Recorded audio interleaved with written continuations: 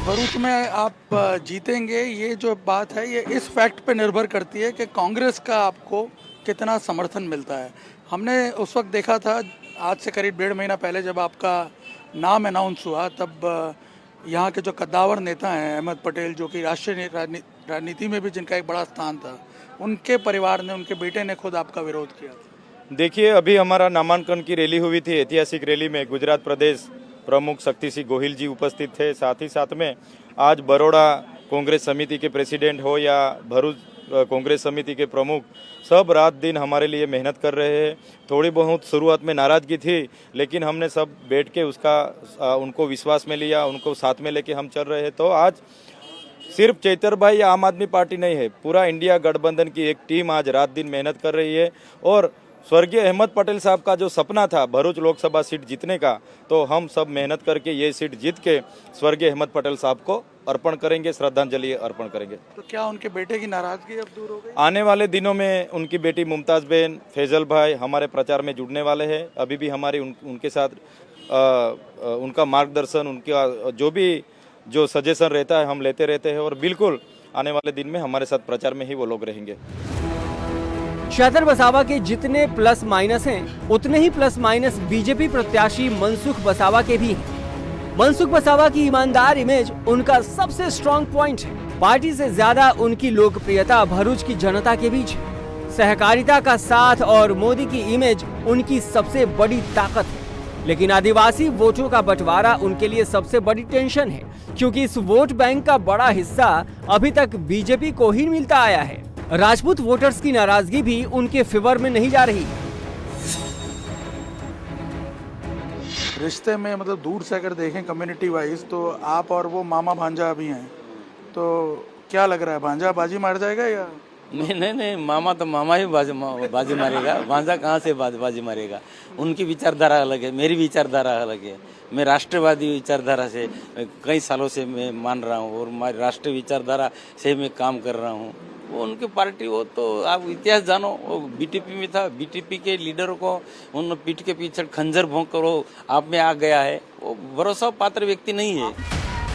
आदिवासी और दलित वोटों के बंटवारे, राजपूतों की बीजेपी से नाराजगी के चलते इस सीट पर सबसे बड़ा फैक्टर मुसलमान हो गया है। लेकिन इसमें भी कई पेच हैं। सर्वे और पुराने आंकड़े बताते हैं कि बीजेपी को इस सीट पर 8 से 10% मुसलमान वोट मिलता है।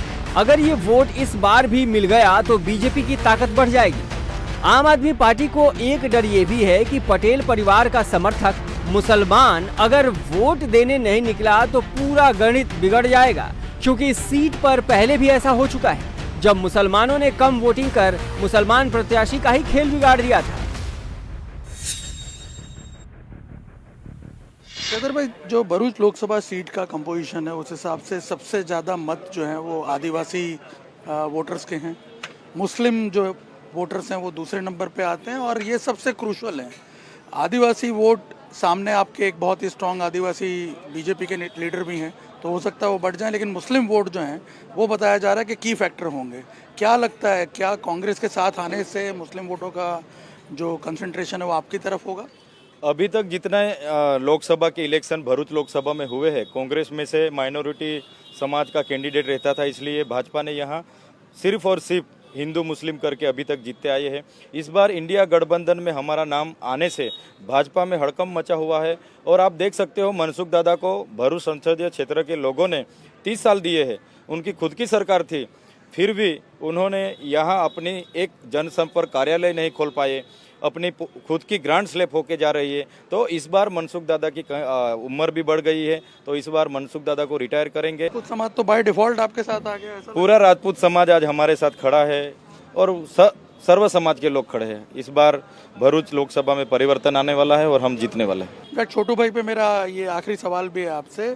छोटू भाई के साथ थे आप एक ज़माने में, उनके एक तरह से अर्जुन बन के काम किया आपने उनकी पार्टी में, और अब आप उनसे पूरी तरह अलग हो गए। और इस बार हमने देखा है कि उनका दिलीप वसावा को उन्होंने उतारा है, तो कहीं ना कहीं वो आपके लिए एक नेगेटिव फैक्टर तो नहीं होगा? आदिवासी वोट आपके कट जाएंगे? नहीं, बिल्कुल नहीं। अभी आदिवासी समाज भी जागरूक हुआ है। उन्होंने पूरे देखा है, सोचा है, संशोधन किया है कि एनालिसिस हो गया है अभी कि छोटू भाई पर्दे के पीछे भाजपा को ही सपोर्ट करते हैं। इतने सालों तक उनकी राजनीति हम देखेंगे तो भाजपा से ही जुड़ के अपना खुद का राजनीति कर रहे थे। उनके बड़े बेटे महेश भाई अभी भाजपा में है, छोटे बेटे दिलीप भाई को यहाँ कैंडिडेट खड़ा किया है, सिर्फ और सिर्फ भाजपा के कहने पर खड़ा किया है कि चैतर भाई को रोका जाए। बीएपी की ओर से दिलीप बसावा भी चुनावी मैदान में है, लेकिन छोटू भाई बसावा का कमजोर होता होल्ड और एक छोटे इलाके पर ही पकड़ होने के चलते वो ज्यादा फाइट में नहीं दिख रहे हैं। माना जा रहा है कि उनका वोट झगड़िया सीट तक ही सीमित रह सकता है, लेकिन आदिवासी वोट में डिवीजन की संभावना है।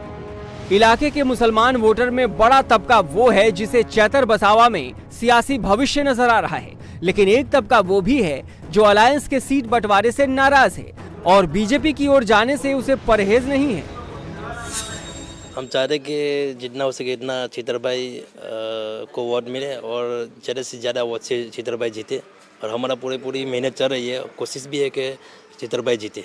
इस बार सबसे ज़्यादा क्रूशल है मुस्लिम वोट यहाँ का, आपको पता है? सबसे ज़्यादा हमारे अंदर तो बात हो रही है, मीटिंग भी हो रही है, इसके अंदर हम ज़्यादा से ज़्यादा चैतर भाई को ही वोट दिलाएंगे।